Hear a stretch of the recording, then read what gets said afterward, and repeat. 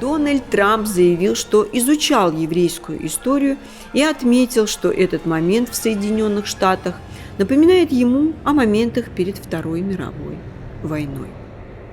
Если обратиться к истории, то это точно так же, как было до Холокоста, сказал Трамп. Клянусь, если присмотреться, то это одно и то же.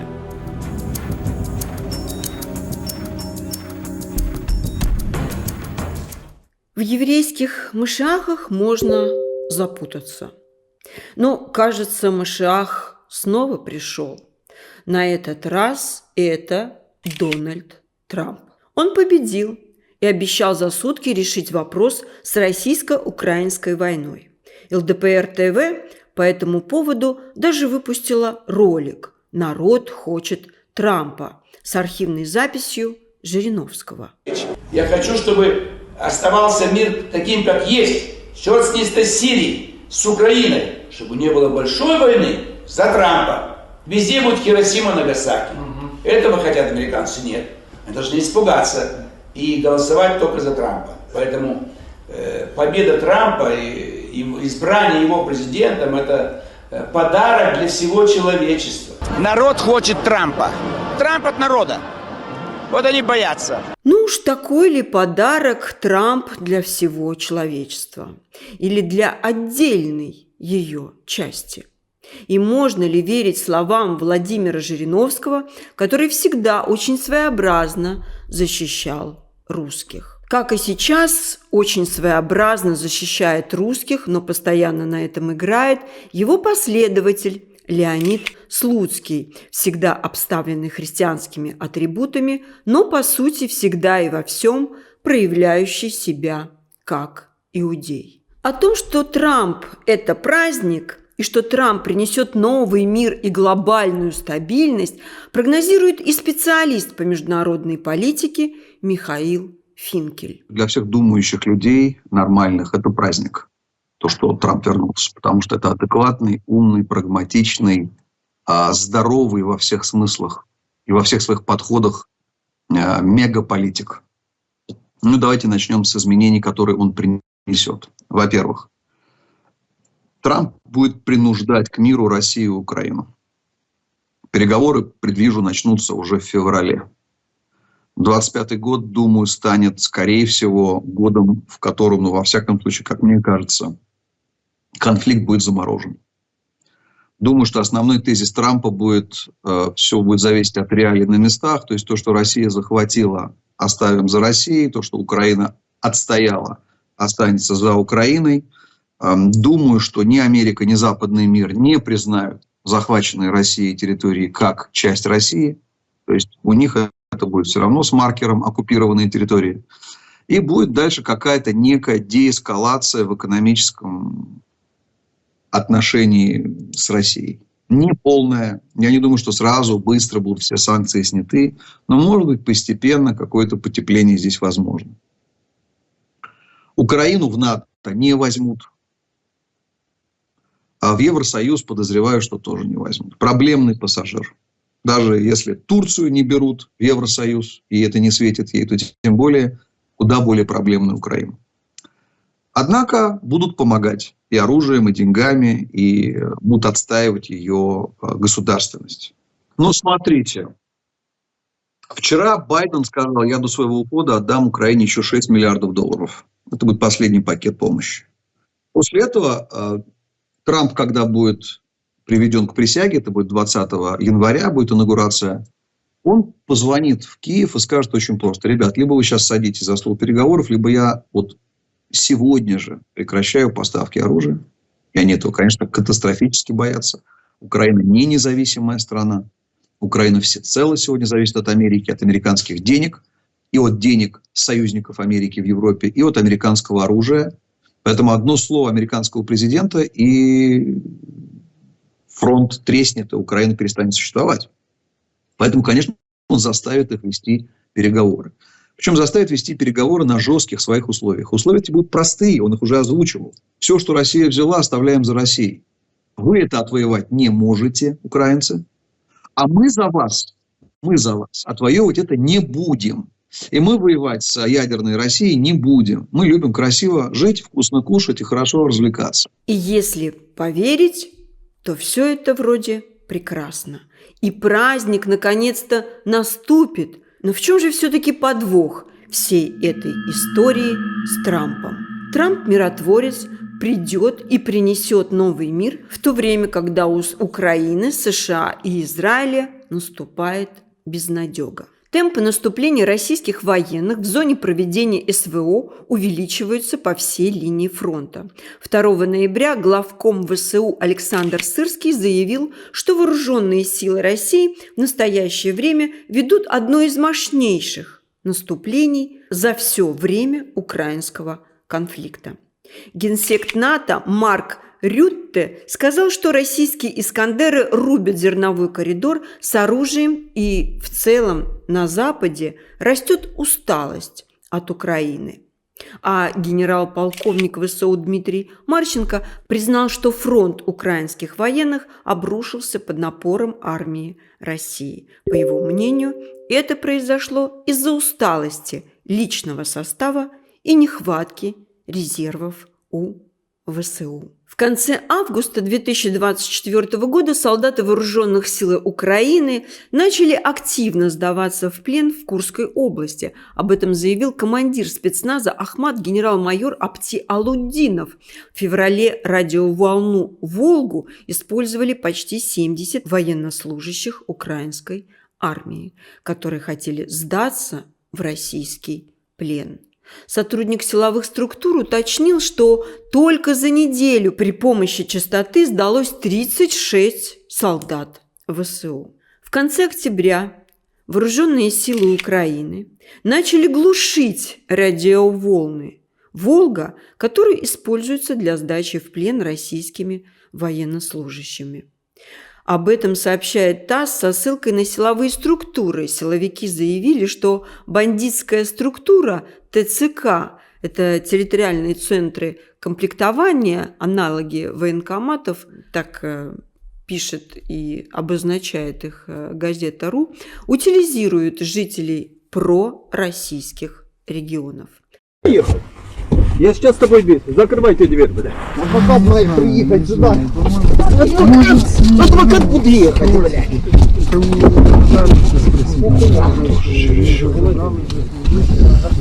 Езда беспредела. Ну да. Что вы делаете? Давай. Да, хорошо. Ну, вы так не закрылись. Не закрыто. Можете? Да. Стой до сюда. А на фронте они специально глушат частоты 149-200, 49-200, 449-200, которые российские военные специально настроили, чтобы мобилизованные ВСУ могли сдаться в плен. В связи с глушением сигнала в мессенджере Telegram создали канал обратной связи и справочник, с помощью которых украинские военнослужащие смогут сдаться в плен и узнать, как безопасно дойти до российских войск. Сегодня все больше желающих военнопленных хотят остаться жить на территории Российской Федерации, массово отказываясь от обмена на территорию Украины. И родственники пленных поддерживают их в этом вопросе и в этом желании. Число военнопленных, оставшихся в России после освобождения, продолжает расти. Российские власти положительно реагируют на просьбы попавших в плен украинских бойцов остаться. Со своей стороны киевский и российский режим регулярно исключает из обменных списков военнослужащих отдельных подразделений ВСУ, которых считает недостойными для обмена. Министерство обороны России в 2024 году предлагало передать украинской стороне 935 военнопленных, но Киев согласился забрать только 279 из них. Остальные все, по мнению Киева, неблагонадежные. 23 октября 2024 года боец Вооруженных сил Украины Яков, не будем называть его фамилии, попавший в российский плен, сказал, что не хочет возвращаться на родину и отказался от возможного обмена. Он добавил, что желает остаться в России и начать новую жизнь. По его словам, украинское командование не заботится о сохранении жизни бойцов, для них это расходный материал. Пленный боец украинских формирований Владимир рассказал, что после ранения 2 месяца укрывался в блиндаже. По словам пленного, он ожидал помощи от сослуживцев, но в итоге ему помогли российские военные. Массовые отказы воевать со стороны украинцев – это не слабость русских на Украине. Это благоразумие и единственный выход выйти из этой войны – сохранить национальный генофонд. Помните, в начале года я сказала, что исторические расследования, которые я веду, я отодвигаю на второй план, чтобы разобраться и показать вам главную интригу этой войны, чтобы найти выход для благоразумных и спасти жизни русских, славянских людей. Показать, как можно противостоять украинской пропаганде, ну и мутной российской пропаганде в том числе. Ведь, с одной стороны, США для нас, России, это злейший враг, а с другой – друг нашего злейшего врага США, Израиль, нам друг получается. На днях в Москве открылся фестиваль израильского даже кино. В Москве состоялось торжественное открытие 21-го по счету фестиваля израильского кино. До 10 ноября включительно не только в столице, но и в Перми и Новосибирске пройдут показы картин современных режиссеров о культуре и многогранности израильского общества. Лена Музык расскажет подробнее.